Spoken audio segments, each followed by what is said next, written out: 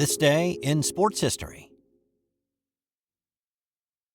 Hey, I'm golf broadcaster Matt Adams. The updated and expanded second edition of my book, The Golf Round I'll Never Forget, Golf's Biggest Stars Recall Their Finest Moments, is now available. Readers can expect to march with Arnie's Army at the 1960 U.S. Open, relive Jack Nicklaus's remarkable 1986 Masters win, and be amazed by the Tiger Slam. The Golf Round I'll Never Forget, Golf's Biggest Stars Recall Their Finest Moments. Pick it up where fine books are sold, including BarnesandNoble.com and Amazon.com. Hey, and welcome to This Day in Sports History, a member of the Sports History Network. It's September 29th, and on this day in 1954, an unbelievable catch amazed everybody who saw it. This was Game 1 of the 1954 World Series between the Cleveland Indians and the New York Giants. The Indians were heavy favorites in this one after winning a then-record 111 games in a 154-game season. Not only that, but they had prevented the mighty New York Yankees from getting back to the World Series after they had made 6 straight appearances. So, if they could outduel the Yankees over a long season, surely they would beat whoever the National League put up against them. At least that was the thought from those in the know, and the Indians put their stamp on the contest early, scoring a pair of runs after Vic Wertz's triple. The Giants scratched for 2 in the third to tie it up, and it stayed that way into the 8th. The Indians' Larry Doby and Al Rosen both singled to get the inning started, bringing Wertz back to the plate with 2 ducks on that pond. It looked like a big inning was coming, and it would have if not for the play Willie Mays made in center field. Here's famed radio broadcaster Jack Brickhouse with the call from that day. There's a long drive way back in center field, way back, it is second. Doby is able to go to third. Willie Mays just brought this crowd to its feet with a catch, which must have been an optical illusion to a lot of people. Willie Mays just made the catch of the day. But not only was the catch made, which if you watch a recently produced ESPN sports science piece about the physics of the entire sequence, it makes it all that more incredible. But Mays had the presence of mind to fire the ball back into the infield. Doby was the runner at second, and he may have been the only one in the ballpark who figured that Mays had a shot at it, because he hovered close to the bag and he tagged up when Mays made his over-the-shoulder grab. Rosen had taken off at the crack of the bat, thinking there was no way anybody was getting to that, and if Mays had not caught it, he would have more than likely been waved home and scored from first. But the catch and throw sent Rosen back to first. Doby went to third, and after recording the final 2 outs, the crisis was averted. Game 1 went to extra innings, and Wertz actually came close to putting more runs on the board in this one. In extra innings, his double set up a scoring opportunity, but the Indians' anemic hitting with men in scoring position doomed them. Cleveland was 1 for 16 with men in scoring position in this game. The Giants scored 3 in the bottom of the 10th to win the game, a position that they would not have been in if Mays had not made his incredible catch in the 8th inning. And the Giants went on to win their first World Series since 1933, sweeping the Indians in 4. From the incredible to downright strange we go for our next story. In 1989, British boxer Tony Wilson got a little help from his mom. This was a light heavyweight bout between Wilson and Steve McCarthy. Nothing on the line, really, just a couple of blokes hoping to win a boxing match and move up the ladder a bit, I guess. All was fine until the 3rd round, when McCarthy started to get the better of Wilson. He had him up against the ropes, he landed a punch, and then sent him to the canvas. After an 8 count, Wilson was able to regain his feet, and as soon as the referee resumed the fight, McCarthy descended on him again. Wilson was in trouble, and unbeknownst to just about everybody, Wilson's mom managed to climb over a couple of rows of spectators, climbed into the ring, took her shoe off, and started beating McCarthy over the head with the heel of her shoe. The referee intervened, stopping the fight, McCarthy suffered a cut from the attack, but seemed jubilant as he bounced around the ring, seemingly celebrating his win. Well, here's the thing, though. Once Wilson's mom was removed from the ring, the referee wanted to restart the fight. McCarthy refused, and the referee disqualified him and gave the win to Wilson. The referee's decision was universally panned, and Wilson, who had been an up-and-comer to watch, was now more like Sideshow Bob, the man who could not fight without his mom. A rematch was ordered by the British Boxing Federation, but that never took place, and the two never met in the ring again.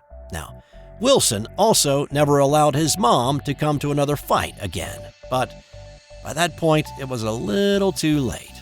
He continued to box until 1993, and he finished with 20 wins, 18 by knockout, and 1 by stiletto heel. On this day in 1923, Walter Hagen and Gene Sarazen played what many consider to be the greatest match play battle in golf history. This was the PGA Championship, played at Pelham Country Club in New York. The PGA Championship was a match play event, so instead of having to beat an entire field of players over 4 days, it was a one-on-one battle to get to the final pairing. Hagen and Sarazen had run the 5-match gauntlet, and then they squared off against each other on this day. The final, like the semifinal matches, were 36 holes, so a morning and an afternoon 18. Both men had been fortunate in their semifinal matches the day before to close out their opponents rather quickly. Hagen had won 12 and 11, meaning he was 12 up with 11 holes to play, while Sarazen had advanced 7 and 5. So a lot less swings and a little extra rest probably came in handy. The morning round was close throughout. Sarazen got off to a pretty good start with a birdie at the first to go 1 up, but Hagen evened it at the second. Every time Hagen grabbed a lead after that, Sarazen found an equalizer. After the first 18, the match was all square. Now, Sarazen was the defending PGA champ, and he got off to a hot start in the afternoon round. After a couple of birdies and a Hagen bogey on 7, Sarazen had a 3-up lead. He was sitting in the proverbial catbird seat after 15, 2 up with 3 to play. But Sarazen bogeyed 16 and 17, and it was all square again. Both golfers parred 18, and it was on to extra holes. Fortunately, they did not play another full 18. That would have been grueling. Instead, they went to a sudden death playoff, and the second playoff hole was a drivable par 4. Both golfers went for it, Hagen hitting it a little longer, but he wound up in a bunker. Sarazen's shot landed in some rough about 40 yards from the green. Sarazen applied a good bit of pressure, nestling his second shot to about 4 feet. Hagen could not extricate himself from the sand, and when Sarazen tapped in for his birdie, he had won back-to-back PGA titles. Hagen's day would come again. He won the next 4 PGA championships. From a memorable match to a memorable shot, well, that may be giving it too much credit. It was more of a memorable intended shot that resulted in a golfer taking a literal dive. In 2007, Woody Austin and David Toms were paired together for the President's Cup competition on this day. Woody was a PGA Tour veteran, but he had never had the opportunity to represent the USA in the Ryder Cup or any previous President's Cups, so he was super excited to be there and looking for any way to get a win. They were going head-to-head with Rory Sabatini and Trevor Immelman in a best ball match. Well, on the 14th hole, Woody drove his tee shot on the short par 4 into the pond to the left of the green. His ball was partially submerged, so he decided to play it. He took his socks and shoes off, rolled up his pant legs, and took his stance in the water. It was an awkward stance with his left leg out of the water, a foot up on the bank. His right leg was submerged to the mid-calf. He was hoping to just get the ball onto the bank and maybe something good would happen. Instead, his club hit a rock that he didn't see and was not expecting to hit, which caused him to fall backward. He tried to catch himself, but his left foot then stepped on another rock, and that caused him to fall face first in the water. He didn't go completely under, but about 75% of him did. Everybody had a pretty good laugh at that one, even Woody. Well, the old Woodman became Aquaman for the duration of the President's Cup. Toms and Austin lost the hole, but they were able to rally with 3 birdies to close it out to pick up a half point on the way to a U.S. victory in the 2007 President's Cup. And on this day in 1987, Don Mattingly put his name in the Major League record book for something he really was not known for. On this day, Mattingly hit his 6th Grand Slam of the year, setting the record for Grand Slams in a season.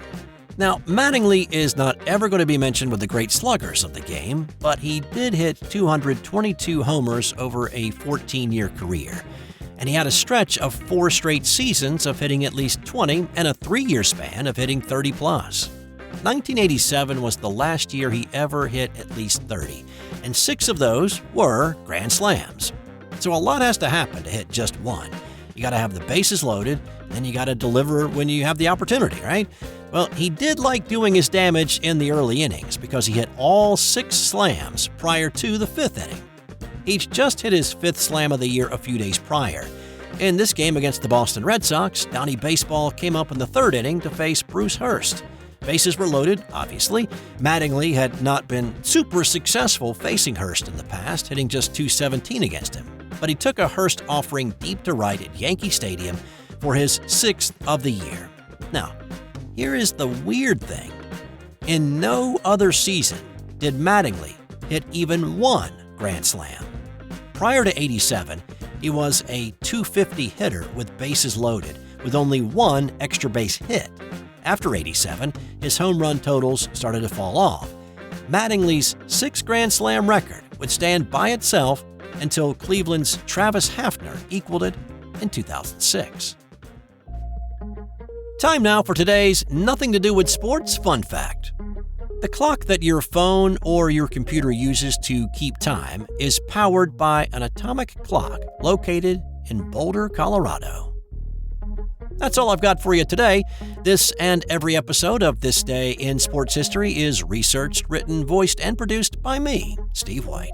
Enjoy the rest of your day, stay safe out there, and I'll see you back here tomorrow for another edition of This Day in Sports History. This has been an original Thrive Suite production.